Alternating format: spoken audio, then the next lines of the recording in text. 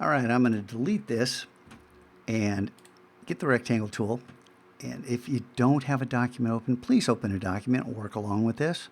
Okay, 20 by 940. I'm going to click up high so I don't have to move this again like I did in the last video because I clicked too low. And then hit the letter V to get my move tool, hit return, and I want to bump that 920 pixels horizontal, 0 vertical, and make a copy.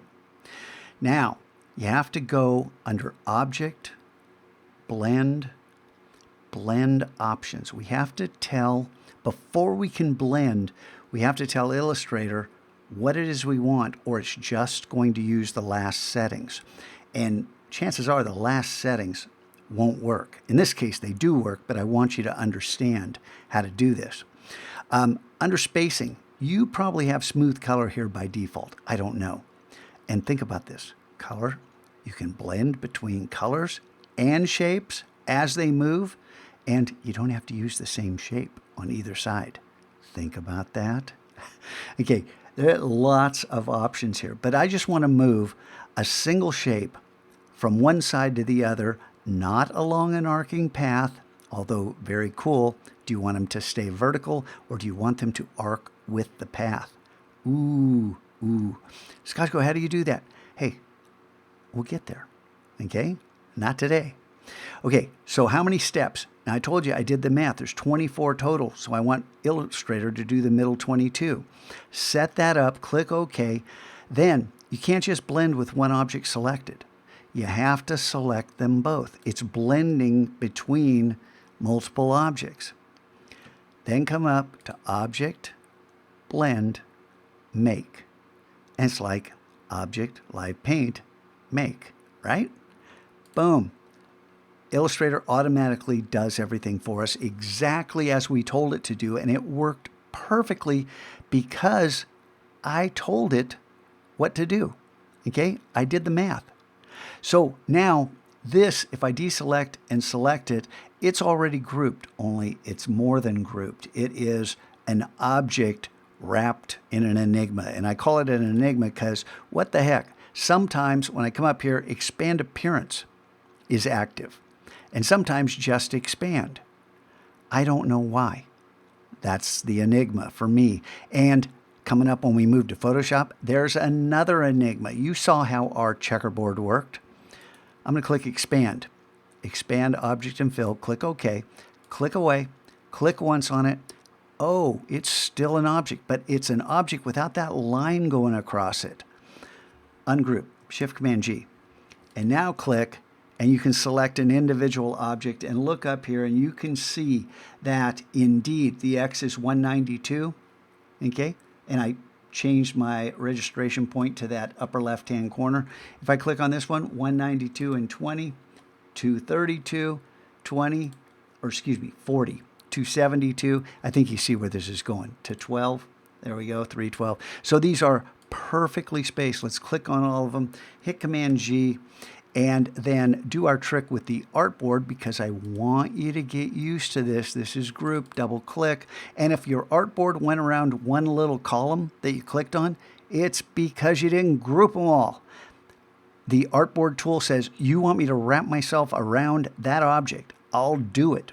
Yes, sir, ma'am, whoever you are. Okay, so now we click on any other tool to deselect that. And then here's the other part of the enigma. And this is very weird, completely mystifying. I don't understand it, but kind of cool. So I'm going to Command-C to copy that and jump over to Photoshop. Okay? And I didn't have to do that. I could have just jumped over because Photoshop's my last program, just like your browser's the last program. So now you got to set up your browser to jump back and forth between Photoshop, right? Because you're going to hit Command-N in Photoshop and use the clipboard right there, hit return, say yes, sir, and there, I'm going to make mine bigger. Hey, where did all my panels go? I must have hit Tab. Tab makes everything go away. So I'm kind of glad I did that. Oops. Okay, there you go. Command-V. This comes in as a smart object. You click OK and hit return, and boom, you know the next step, right? You're going to hit Command-J and then Command-T and then rotate this, and whoa, what's happening? Whoa, Scotch, that didn't happen before with that checkerboard. I know. Why is this happening? Why is it different with those 4 thick stripes with these 24 thin stripes? I don't know. Okay, I can't explain it, but I know how to fix it. I'm not going to throw this away because I think, ooh, this is kind of cool. And yeah, if you did the pattern, you could say, I can make this pattern with just one little white square in Illustrator. Actually, it would take, well, there's a way, but well, I'm not going to go there. What we need to do, I'm going to turn that off, come back down to this bottom layer, and then hit Shift. Well, shoot, I haven't taught you those. So we'll just come down here, we'll make a new layer directly above this bottom layer. See, made a new layer. And then we're going to merge everything. And I have taught you this, Shift, Option, Command, E. Okay, boom, merges everything on a new layer. Now we hit Command T, and now watch, this is going to behave differently than the one we did before. Because the white background, but why didn't it work differently on the checkerboard? I don't know. Hit Return. Okay, so now that kind of filled in a little piece of the enigma for me because this has transparent pixels between, well, no, it was Command J. It's Command J. That's why. Now I know. But why would these two behave differently? Because now if I change the blend mode, you saw this. We did the same. Turn that off. We did the exact same thing and we got a different result with the normal blend mode. Okay, so I'm going to turn that off and look at this result with a normal blend mode. We change this to difference and we get our checkerboard. Yeah, it's a pattern. It's not going to be a pattern on the next thing we do though, because this is the trick. So do you get what I'm saying here? With a vector smart object, you get a different result.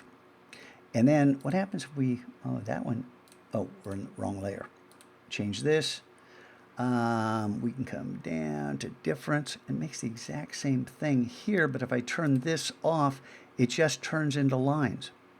This baffles me. I don't know how to explain this, but it is cool, and we are going to use this. So why don't we go ahead and save this? And you know how to save it, right? Command S, and we're going to go back into our op art folder. And what is this? It's the mystery boxes, huh?